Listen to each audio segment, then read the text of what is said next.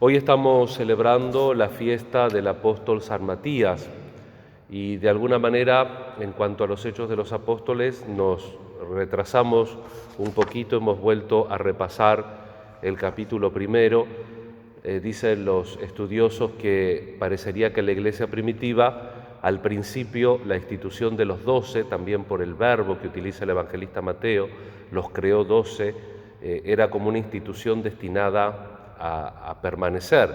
Y entonces, como correspondía también y como era costumbre en el pueblo de Israel, cuando había así como un cuerpo, y en este caso los 12 tenían prometido por Jesús sentarse al frente de las 12 tribus de Israel, al perderse Judas había que completar ese número, y por eso en el discurso Pedro habla precisamente a través del Salmo de que la casa quedó desierta y que hay que reponer al que fue al lugar que le correspondía. No como una alusión a la condenación, sino como una alusión a que se murió y que por tanto hay que completar ese número de los apóstoles. Lo que se sabe de Matías es bien poco, porque tiene protagonismo aquí mismo. Por supuesto que hay leyendas, hay otros textos en donde, como era muy típico en los primeros siglos, al no tener elementos se trataban de buscar. Esos libros, en general denominados apócrifos, apó es después y crifos escribir, después de los escritos, no necesariamente están hechos con mala voluntad y no necesariamente contienen 100% de falsedad. Son muy útiles, por ejemplo, para descubrir los intereses y muchas costumbres de la época, y tal vez se hayan hecho, aunque ahora sea irrastreable, de algún tipo de información segura, pero que quedó asentada sin el aparato crítico, sin donde poder nosotros, después de muchos siglos, poder confrontar. Como sea, para la fiesta de hoy nos basta para hacer 2 o 3 pequeñas reflexiones lo que la misma palabra de Dios y lo que la liturgia nos ofrece de este apóstol que viene a suplir a Judas Iscariote, el que entregó a Jesús. La primera cosa que yo rescataría es el discurso de Pedro. Fíjense que Pedro no se pone a hablar mal de Judas, porque entendió que no hay que hablar mal del prójimo. Simplemente declara un hecho, se fue al lugar que le correspondía, es decir, se murió, no se puso a decir que se suicidó, que entregó, es decir, de una manera, simplemente constató un hecho, guió a los que entregaron a Jesús, dice, y hace la sucesión poniéndola en manos de Dios.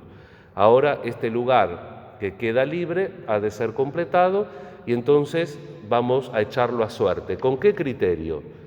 Con el criterio de que el apóstol tiene que dar testimonio de la resurrección, pero además, en este caso, dice Pedro, tiene que ser uno que haya estado todo el ministerio público, no parte, desde el bautismo de Juan hasta su ascensión. Y ese es el criterio. Entonces echan suerte. No pensemos que eran supersticiosos porque echan la moneda, la suerte es echar la moneda, cada cruz. No estaba este que era llamado Justo, que evidentemente era un hombre bueno, y estaba Matías, sobre el cual recae la suerte.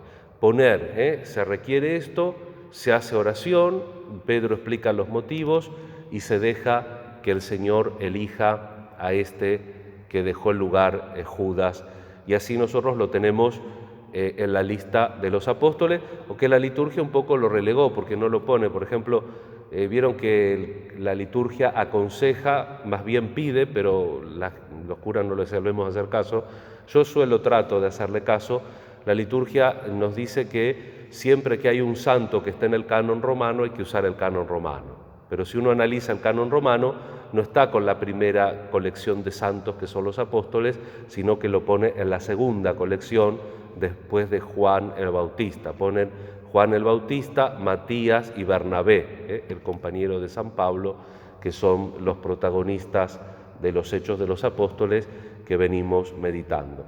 Así que lo tenemos a Matías, por supuesto que la tradición lo pone predicando en distintas zonas, también estamos vestidos de rojo porque la tradición dice que como todos los apóstoles también murió mártir, pero la palabra de Dios nos enseña que los designios de Dios tienen que cumplirse serenamente. El mundo de hoy es muy proclive a la venganza a veces y es muy proclive también al sentimentalismo, a la sensiblería, y entonces cuando uno ve un mal, enseguida quiere el castigo del otro, no quiere la redención del otro. Y vemos cómo la Sagrada Escritura no se ceba con Judas. Evidentemente, Cristo tiene una palabra muy dura sobre él: más le valdría no haber nacido. ¿Qué quiere decir eso? Ya está, listo, no hace falta más juicio que eso. ¿Y ahora qué tenemos que hacer? ¿Qué tenemos que hacer ante el mal? Seguir el camino y sobre todo ponernos en la providencia y en lo que Dios espera de cada uno de nosotros. Y para eso tenemos que entender la lección de este Evangelio, de este capítulo 15, que seguimos progresando en el Evangelio de San Juan, en este discurso después del lavatorio de los pies, donde Jesús nos invita a permanecer en su amor y sube un escalón más. Tenemos que permanecer en el amor de Jesús como Él permanece en el amor del Padre. Recordemos lo que dijimos de esto, que ya lo meditamos, que no es un voluntarismo. No dice Jesús: si ustedes cumplen los mandamientos, voluntad, ustedes me aman. No, dice al revés: si me aman, cumplirán los mandamientos. Lo que nos da fuerza es el cumplir los mandamientos. Y ahora digo que sube un peldaño más, sube un escalón más. ¿Por qué? Porque dice: ámense los unos a los otros como yo los he amado. ¿Y cómo nos amó Él? Entregándose, olvidándose de Él mismo y dándose a los demás. Y otra vez acá, tampoco no nos asustemos, porque no es un voluntarismo. Si nosotros aprendemos de verdad a estar en comunión con Jesús, el Señor Jesús nos va a enseñar con la fuerza de su amor, con la fuerza de la comunión, con ese estar insertados como sarmientos en la verdadera vid que es Él, a tener la fuerza para vivir esto, porque como también nos dice el Evangelio, Él nos eligió para que nosotros demos fruto.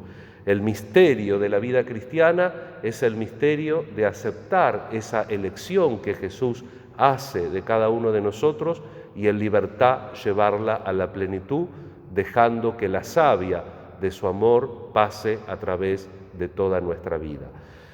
Y para terminar la homilía, con un pensamiento de Matías, digámoslo así, hay dentro de los libros apócrifos que escriben sobre Matías, hay una pequeña sentencia que quiero compartir con ustedes, que se le atribuye a Matías. Dice: Matías dijo: si tu vecino peca, también tú pecaste, porque no fuiste capaz de vivir de tal forma que él descubriera lo que el Señor espera para planificar la vida.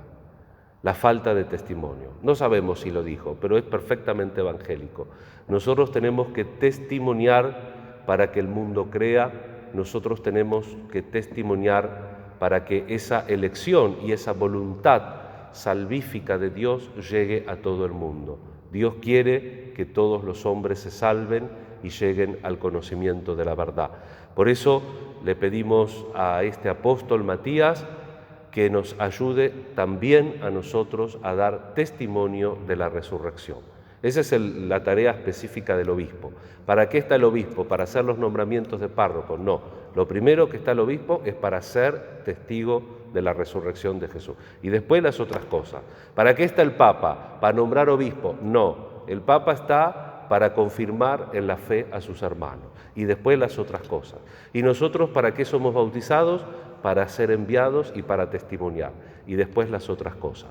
Que la Santísima Virgen nos ayude, el apóstol Matías también nos aliente desde el cielo y nos dé la fuerza de ser valientes testigos de la resurrección de Jesús. Que así sea.